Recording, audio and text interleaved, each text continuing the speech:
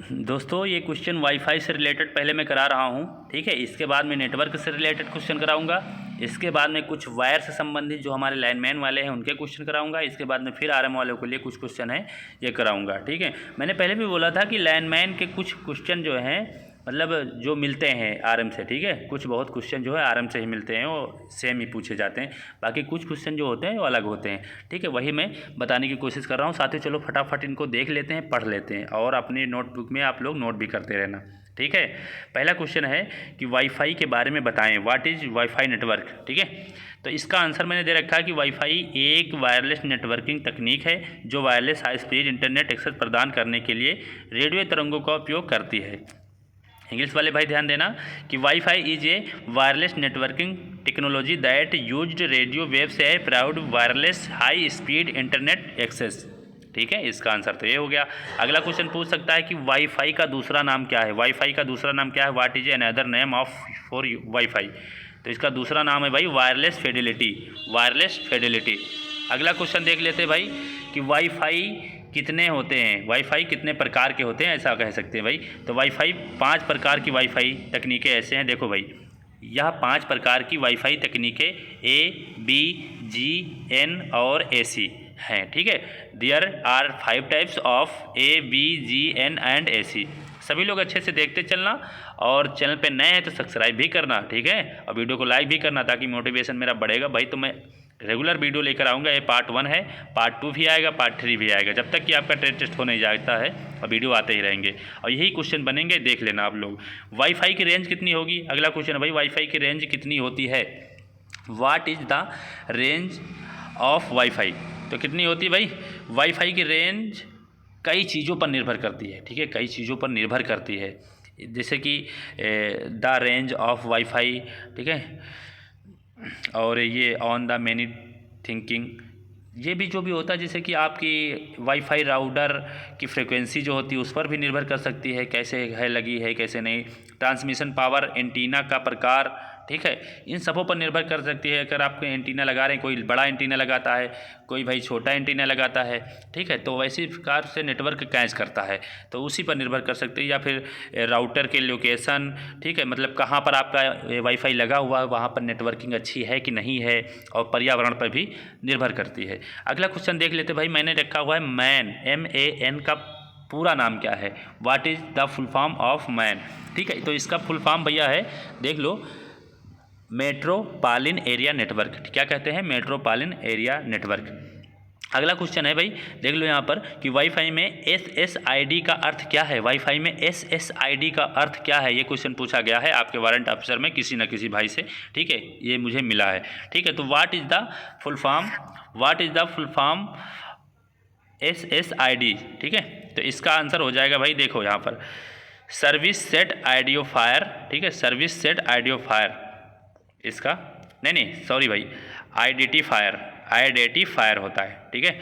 अगला क्वेश्चन है भाई, देखो GUI का पूर्ण रूप क्या है। What is the full form of GUI, ठीक है। तो इसका आंसर होगा ग्राफिकल यूजर इंटरफेस, ठीक है, ग्राफिकल यूजर इंटरफेस। और एक क्वेश्चन है हॉट स्पॉट से, ठीक है। हॉट स्पॉट को हिंदी में क्या कहते हैं। What is the meaning of hot spot in Hindi, ठीक है। तो गर्म स्थान या इंटरनेट एक्सेस पॉइंट भी कहा जाता है इसको। अगला क्वेश्चन है भाई, देखो थोड़ा जल्दी करा रहा हूँ इसलिए ताकि वीडियो लंबा ना हो, आप लोग भी उबे ना और आपके क्वेश्चन भी हो जाएं। जो भाई धीरे करना चाहता है वीडियो पास करके रोक कर लेना, लिख लेना, ठीक है।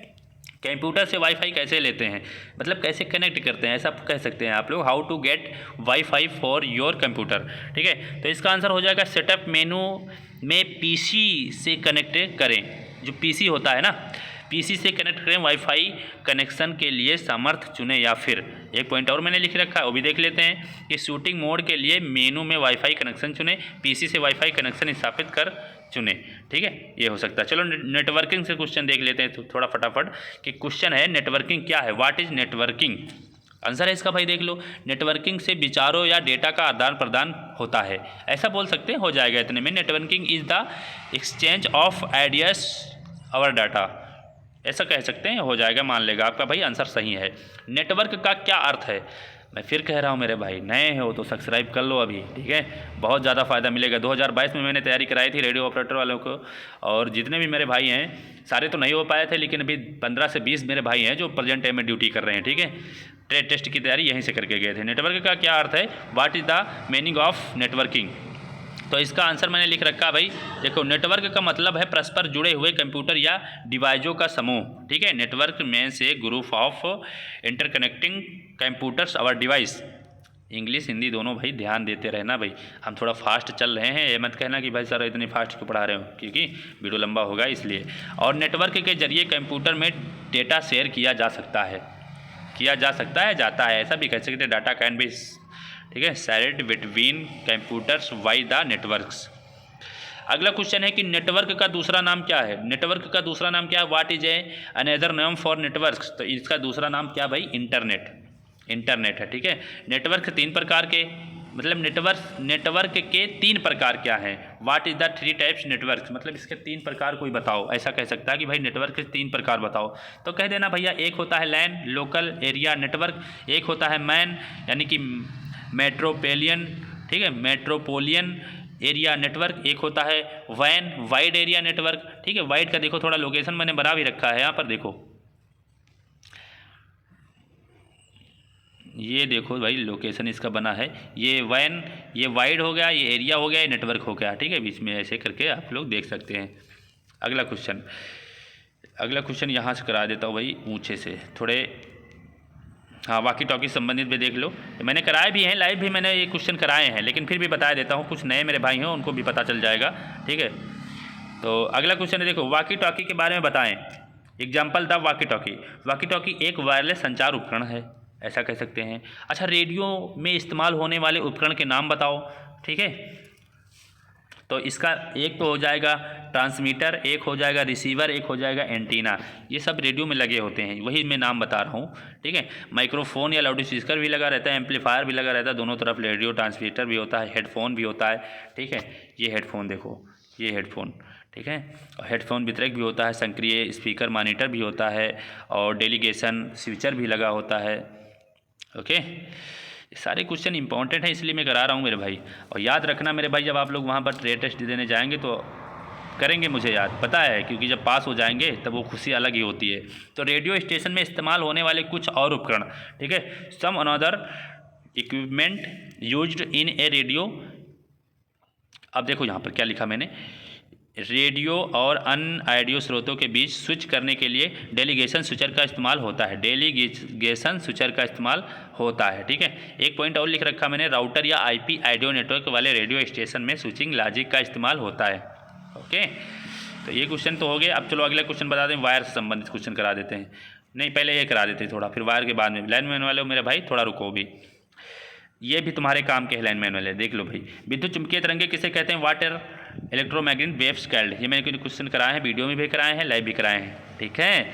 ऐसी तरंगे जिनके संचरण के लिए माध्यम की आवश्यकता नहीं होती है उन्हें विद्युत चुम्बकीय तरंगे कहते हैं, ठीक है। ये इंग्लिश वाले भाई ध्यान देते रहना। और ये देखिए, ये तरंगे प्रकाश के वेग से चलती हैं और प्रकृति के अनुप्रस्थ तरंग होती हैं।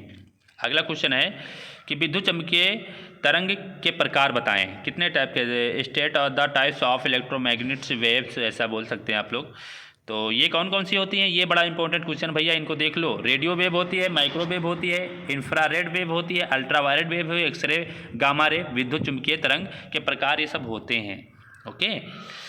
और लिखा हुआ है क्वेश्चन अगला है कि विद्युत चुम्बकीय तरंगों का उपयोग क्यों करते हैं भाई? क्यों करते हैं विद्युत चुम्बकीय तरंगों का उपयोग क्यों करते हैं? Why do we used electromagnetic waves?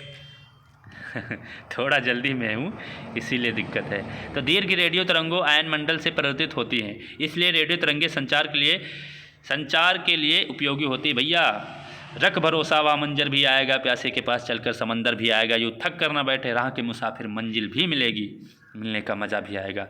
आज नहीं है अपना तो क्या हुआ, कल ज़रूर अपना होगा मेरे भाई। बस धैर्य बनाए रखना और डिसिप्लिन में रहना भाई, अच्छे से मेहनत करना, कुछ भी हो जाए कामयाब जरूर होगे आप लोग। एक क्वेश्चन और है कि सूर्य में सबसे अधिक गैस कौन सी पाई जाती है? Which gas is found is not the sun, ठीक है। तो hydrogen gas 70%, hydrogen gas 70%, helium 28%, carbon nitrogen oxide 1.5%, लोहा, सिलिकॉन, मैग्नीशियम, नियान, सल्फर आदि ये सभी गैसें पाई जाती हैं। एक स्वस्थ मनुष्य का अधिकतम तापमान कितना होता है? What is the maximum human temperature? कितना होता है भाई? तापमान होता है 36.9 डिग्री सेल्सियस या 98.6 डिग्री फ़ारेनहाइट होता है। शरीर का तापमान कभी घटता है कभी बढ़ता है, ये तो निर्भर करता है उसके स्वास्थ्य पर। ओके मेरे भाई, ये याद रखना। स्टोरेज और मेमोरी में क्या अंतर होता है बताओ भाई? स्टोरेज और मेमोरी में क्या अंतर है? क्या अंतर है? What is the type difference between storage and memories? तो मेमोरी कंप्यूटर में घटक, आंसर है इसका मेमोरी कंप्यूटर में घटक जो एक अल्पकालिक पहुंच के लिए संग्रहित करता है। ठीक है, और इसका दूसरा पॉइंट मैंने लिख रखा है, स्टोरेज कंप्यूटर में घटक होता है जो डेटा को दीर्घकालिक पहुंच के लिए संग्रहित करता है। ओके, तो ये क्वेश्चन हो गए भैया। लाइनमैन वालों के लिए कुछ क्वेश्चन लिखे हैं, बाकी इनकी PDF तैयार हो रही है लाइनमैन वालों। ठीक है मेरे भाई, अब निराश मत होना, बस लेकर आऊँगा, बस थोड़ा टाइम दो। देखो तारों से जुड़े कुछ सवाल हैं भाई, ये देख लो। क्वेश्चन ऐसे बन सकते हैं कि आवासीय भावनाएं वायरिंग के लिए कौन सी प्रणाली सबसे आम है? वायरिंग के प्रकार, शॉर्ट सर्किट क्या है? तार में करंट कैसे आता है? विद्युत वायरिंग का उद्देश्य क्या है? ऐसे पूछ सकता है ना। तो देखो इसमें सब दे रखा है कि आवासीय भावनाओं में वायरिंग के लिए बटन प्रणाली, केट वायरिंग प्रणाली, प्रच्छादित वायरिंग प्रणाली, आवरण और कैंपिंग वायरिंग प्रणाली सबसे आम है। थोड़ी हिंदी आउट है, इसको देख लेना, अच्छे से पढ़ लेना। घरेलू वायरिंग के लिए 3 बुनियादी प्रकार के वायर होते हैं, लाइव वायर, न्यूट्रल वायर और ग्राउंड वायर। भैया ये इंपॉर्टेंट है, भैया ये इंपॉर्टेंट है, देख लो। घरेलू वायरिंग अगर पूछ लिया भाई घरेलू वायरिंग कैसे की जाती है, कौन से तार, तो लाइव वायर, न्यूट्रल वायर और ग्राउंड वायर, ये तार वायर डाले जाते हैं इसमें। ठीक है, और शॉर्ट सर्किट तब होता है जब इलेक्ट्रिकल, ऐसा पूछ सकता है शॉर्ट सर्किट कैसे होता है, सर्किट कैसे होता है भाई, तो बता देना शॉर्ट सर्किट तब होता है सर जब इलेक्ट्रिकल वायर न्यूट्रल या ग्राउंडेड कंडक्टर वायर के संपर्क में आता है, मतलब टच हो जाता है, तभी होता है। इसीलिए तो फ्यूज लगाए जाते हैं, MCB लगाई जाती है सभी की, तभी कोई फॉल्ट आए तो ऑटोमेटिक रुक जाए। तार में करंट इस तरह आता है, ठोस संयोजक इलेक्ट्रॉन एक विशेष दिशा में प्रवाहित होने लगता है जिससे विद्युत धारा का निर्माण होता है भैया। ठीक है, फिर मैं कह रहा हूँ सब्सक्राइब जरूर करना। विद्युत वायरिंग का मतलब है किसी भवन या इंजीनियरिंग संरचना के विद्युत तार या बस द्वारा विद्युत उपकरण को जोड़ना। ठीक है, ये रोक करके आप लोग पढ़ते रहना। शॉर्ट सर्किट होने पर क्या करें? अगर आपके इलेक्ट्रिकल पैनल पर चिंगारी दिखाई देती है तो शॉर्ट सर्किट का संकेत हो सकता है, ऐसा बोल सकते हैं आप लोग। अगर ऐसा होता है तो आपको सहायता के लिए तुरंत इलेक्ट्रीशियन को बुलाना चाहिए। ये तो दे रखा है भाई इसका मतलब।